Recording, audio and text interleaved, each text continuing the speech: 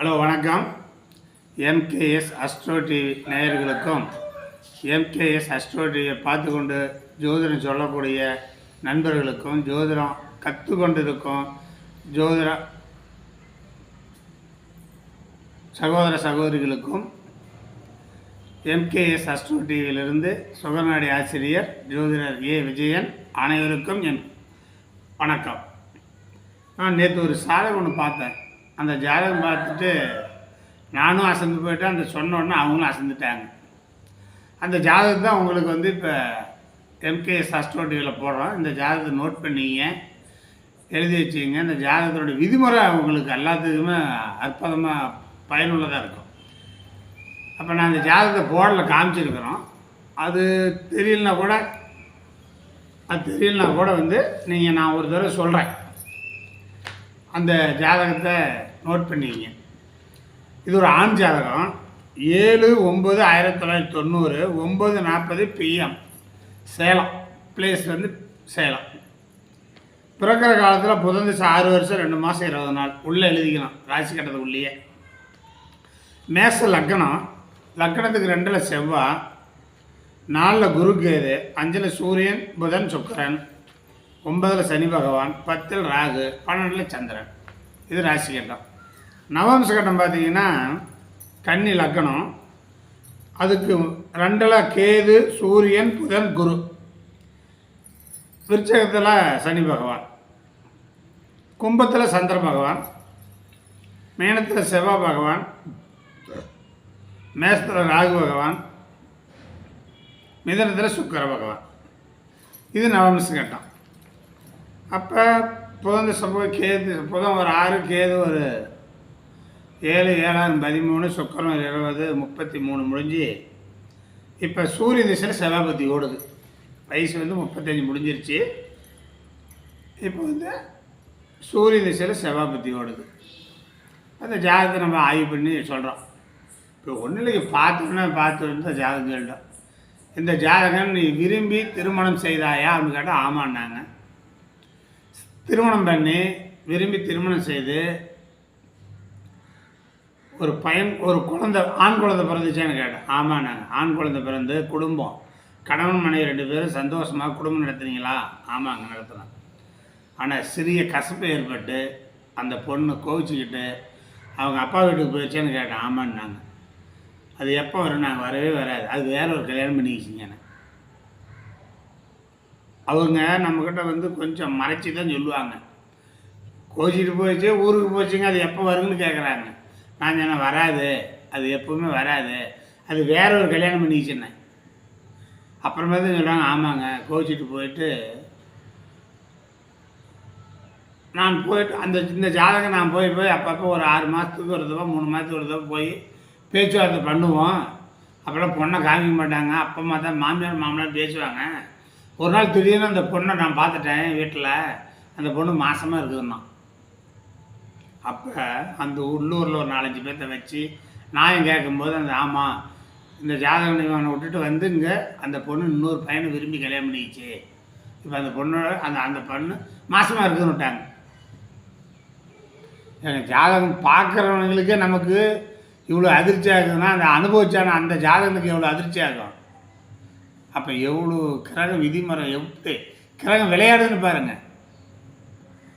நம்ம ஜாதகம் பார்க்குறதுக்கே இந்தமாரி அதிர்ச்சி ஆகுது சொல்கிறோம். அவங்களும் பார்த்து அதிர்ச்சி அடைஞ்சிட்டாங்க. அந்த சம்பவம் நடந்து அவங்க கண்ணில் பார்த்துட்டாங்க. அவங்களும் இந்த வீடியோ யூடியூப்பில் பார்ப்பாங்க. ஏன்னா பார்த்துட்டு தான் நம்ம ஜாதகம் பார்க்க வராங்க. அப்போ அவங்களுக்கு இவ்வளோ அதிர்ச்சி இருக்கும். அப்போ அந்த அதிர்ச்சிக்கான உள்ளான கிரகம் என்ன, அது எப்படியோ கூட வந்துட்டு போகுதுங்க. இந்த உலகத்தில் எந்த சம்பவம் நடந்தாலும் அத்தனை சம்பவத்துக்கும் கிரகம்தான் காரகம், கிரகம்தான் காரணம். கிரகம் இல்லாமல் எந்த சம்பவம் நடக்காது. கிரகம் இல்லாமல் எந்த சம்பவம் நடக்காது. இப்போ இந்த ஜாதகங்களுக்கு இந்த கிரகங்கள் இப்படியே மனைவி ஏமாற்றிட்டு இந்த மாதிரி துரோகம் செய்தால், பாதகம் செய்தால் என்று இருக்கணும். பாதகம் ஒரு லக்னத்துக்கு பாதகம்னா என்னன்னு எடுத்துக்கணும், மாரகம்னா என்னென்னு எடுத்துங்க. இந்த ஜாதகனுக்கு பாதகத்தை செய்து விட்டால் மனைவிய என்ன காரணம்? மேச லக்னமா? நீங்கள் அப்படியே ஓடி பார்க்கணும். மேச லக்னம்னா 2 7ஆம் அதிபதி சுக்கிரன் குடும்பாதிபதி கலஸ்தர ஸ்தானாதிபதி கலஸ்தர காரகன் சுக்கரன் 3 ஆதிபத்தியத்தை பெறார். எத்தனை ஆதிபத்தியம் பெறார்? 3 ஆதிபத்தியத்தை பெறார். அவ்வளோ வல்லமையான கிரகம் எந்த காரணத்தை கொண்டும் சனியினோடு தொடர்பு கொள்ளக்கூடாது. இப்போ நீங்களாம் பார்த்தீங்கன்னா சனியோட தொடர்பு இல்லைங்க எல்லாருமே. எப்படி வந்துச்சு? இந்த சனிக்கும் இந்த சுக்கரனுக்கும் எப்படி தொடர்பு வந்துச்சுன்னு உங்கள் முறையில் வராது. நீங்கள் பார்க்குற முறையில் ஜோசியத்தில் சனிக்கும் சுக்கரனுக்கும் எந்த தொடர்புமே தெரியாது, வராது உங்களுக்கு. ஆனால் எங்கள் சுகநாடியில் அழகாக வந்துருச்சு. எப்படின்னு கேளுங்க. லக்கணத்துக்கு 7ஆம் அதிபதி சுக்கரன் 5ஆம் பாவத்தில் இருக்கிறாரா? 5-7 சம்பந்தமாக லவ் படி கல்யாணம். அந்த சுக்கரன் கேதுக்கால், அந்த கேது சனிக்கால், அந்த சனி சுக்கரங்கால். அப்போ எங்களுக்கு லிங்க் ஆயிடுச்சா? ஒரு கிரகம் எந்த நட்சத்திரத்தில் இருக்கிற அந்த நட்சத்திர அதிபதியாக மாறின்னு சொல்கிறது தான். அப்போ சுக்கரனுக்கு சனி தொடர்பு, சனிக்கு சுக்கரன் தொடர்பு. மேஷ லக்கணத்துக்கு 2-7 அதிபதி சுக்கரனுக்கு பாதகாதிபதி சனி தொடர்பு, பாதகத்தை செய்வாள். நாங்கள் இதெல்லாம் பார்த்தா ஒரு பொண்ணாக இருந்தாலும் ஆணாக இருந்தாலும் இது சேராட்டம் விட்டுருவோம். மேஷ லக்கணத்துக்கு சுக்கரன் சனி சம்மந்தப்பட்டாலோ சேர்ந்தாலோ பார்த்தாலோ நட்சத்திர பரிவர்த்தனை பெற்றாலோ திரிகோணத்தில் 1-5-9 இருந்தாலோ தொடர்புன்னு அர்த்தம் எங்களுக்கு. இப்படி இருந்தால் மேஷ லக்கணத்து சர லக்கணத்துக்கு 16ஆம் அதிபதி சனி பகவான் பாதகத்தை செய்வாள் மனைவி. கணவன் இருக்க, கணவனுக்கு ஒரு குழந்தை பெற்றுட்டு கணவன் இருக்க டைவர்ஸ் ஆகலை, பேச்சுவார்த்தை பண்ணலை, அவன் கட்டின தாலி இருக்க இன்னொருவனோட கல்யாணம் பண்ணா, அப்படி இன்னொருவனுக்கு மாசமாக இருக்கிற அவனா கணவன் பார்த்தானா, இதுதானே பாதகம். இதுதான் பாதக செயல். இந்த பாதகத்தை நீங்கள் எத்தனை பரிகாரம் பண்ணாலும் நீங்கள் வாழ்வில் பரிகாரம் உங்களுடைய பிரச்சனை 1000 தான் தீர்த்து விடுவேன் அப்படின்னு நாட்டில் எவ்வளோ புரட விட்டுட்டு இருக்கிறான். இந்த ஜாதகம் மாரி 1000கணக்கான ஜாதகம் இருக்குது. வாழ்வில் பரிகாரம் பண்ணி நல்லா பண்ணி சொல்லி பார்க்கலாம். அதெல்லாம் வேலையே ஆகாது. ஒரு மனிதனுடைய ஜாதகத்தில் கிரகங்கள் எப்படி அமைஞ்சிருக்குது அப்படி தான் செயல்படும். அவனுடைய செயலாக்கம், அவனுடைய நடைமுறை, அவனுடைய எல்லாமே அவனுடைய விதிக்கப்பட்ட விதி. இதை மாற்ற முடியாது. நான் விநாயகர் சதுர்த்தி முன்னிட்டு சென்னையில் புதுயுகம் டிவியில் மனிதன் வாழ்வுக்கு துணை புரிவது ஆன்மீகமாக ஜோதிடமாங்கிற தலைப்பு விவாதம் நடைபெற்று கொண்டிருந்தது. அந்த விவாதத்துக்கு நான் ஜோதிடமே என்று போய் வாதாடினேன். அப்போ ஒரு முனைவர், ஆசிரியர், மிகப்பெரிய ஞானி, மகான், நல்ல மனிதன் இந்திரா சவுந்தரராஜன் தான் நடுவராக வந்தார், ஜட்ஜாக வந்தார். அவர் நான் அவர்கிட்ட வாதாடும்போது சொன்னேன், ஒரு மனிதனுடைய வாழ்க்கைக்கு துணை புரிவது கிரகமே தான், ஜோதிடம்தான் அப்படின்னு வாழ்க்கையை நிர்ணயிப்பது ஜோதிடம்தான்னு சொல்லி அவர்கிட்ட வாதாடும்போது அவர்கிட்ட சொன்னேன், ஐயா நீங்கள் சாப்பிட்றதா இருந்தாலும், வீடு வண்டி வாகனம் வாங்குறதாலும், ட்ரெஸ் போடுறதா இருந்தாலும், பேசுகிறதா இருந்தாலும், ஏன் உங்கள் ஆயுளை நிர்ணயிக்கிறது கூட ஜோதிடம்தான்னு நான் வாதாடி இருந்தேன். அப்போ அவர் ஆன்மீகம்தான் துணை புரியும், ஆன்மீகத்துக்கு உள்ளதான் ஜோதிடம் இருக்குதுன்னு சொல்லி தீர்ப்பு வழங்கினார். ஆனால் அதை நான் ஏற்றுக்கொள்ளவில்லை. அவரோட நான் எடுத்து சொல்லும்போது அவர் என்னை பார்த்து ஒரு புன் சிரிப்பு சிரித்து விட்டு டிவியில் இப்படி தான் பேசுன்னு சொல்லிட்டு பேசிட்டு போனார். 4 நாளைக்கு முன்னாடி இறந்துட்டார்.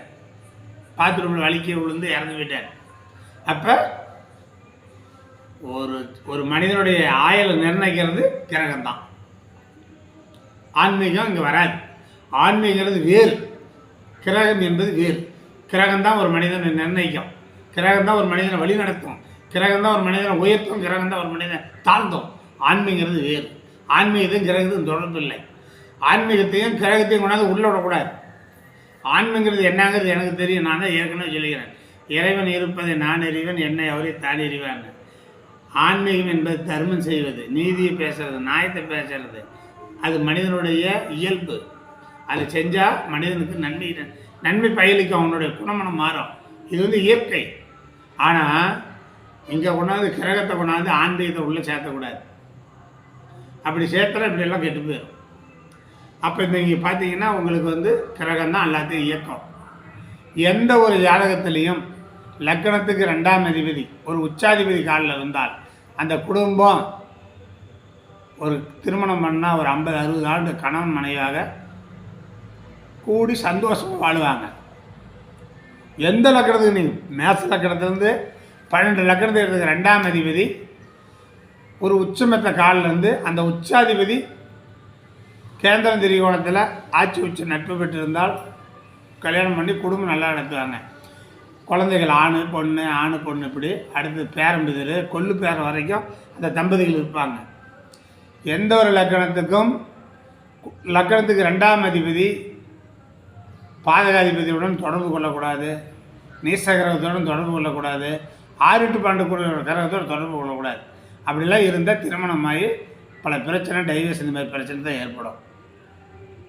இதை தான் நம்ம எல்லா லக்கணத்துக்குமே சொல்லிக்கிறோம். மிதுன லக்கணத்துக்கு 2ஆம் பாவத்தில் பூச நட்சத்திரத்தில் எந்த கிரகம் இருந்தாலும் குடும்பத்தில் பிரிவினையை கொடுத்துரும். ஏன்னா அது அஷ்டமாதிபதி வருது. இந்த மாதிரி ஒவ்வொரு லக்கணத்துக்குமே நீங்கள் பார்த்துக்கிட்டு வரணும். தனுசு லக்கணத்துக்கு 2ஆம் பாவத்தில் சனி பகவான் சொந்த வீட்டில் இருந்தாலும் திருவோண நட்சத்திரத்தில் இருக்கக்கூடாது. அப்படி இருந்தால் இந்த மாதிரி பிரச்சனைகளை ஏற்படுத்தும். அதான் 2ஆம் அதிபதி 6-8-12 கூட தொடர்பு இருக்கக்கூடாது, நீசக்கிரக தொடர்பு இருக்கக்கூடாது, அஸ்தகம் பெறக்கூடாது, பாதகாதிபதியும் தொடர்பு இருக்கக்கூடாது. இப்படியெல்லாம் இருந்தால் பாதிச்சிடும். அப்போ 7ஆம் அதிபதி நின்ற நட்சத்திராதிபதி கேந்திர திரிகோணத்தில் ஆட்சி உச்சம் பெற்றால் அந்த ஜாதகத்துக்கு அருமையான மனைவி வருவார்கள். கெடாமல் இருக்கணும். அதே 7ஆம் அதிபதி நின்ற நட்சத்திராதிபதி 6-8-12 பகை நீசம் அஸ்தகம் பெற்றால் திருமணம் தாமதமாகும், லேட்டாகும், பிரச்சனை ஆகிடும், பண்ண முடியாது. இந்த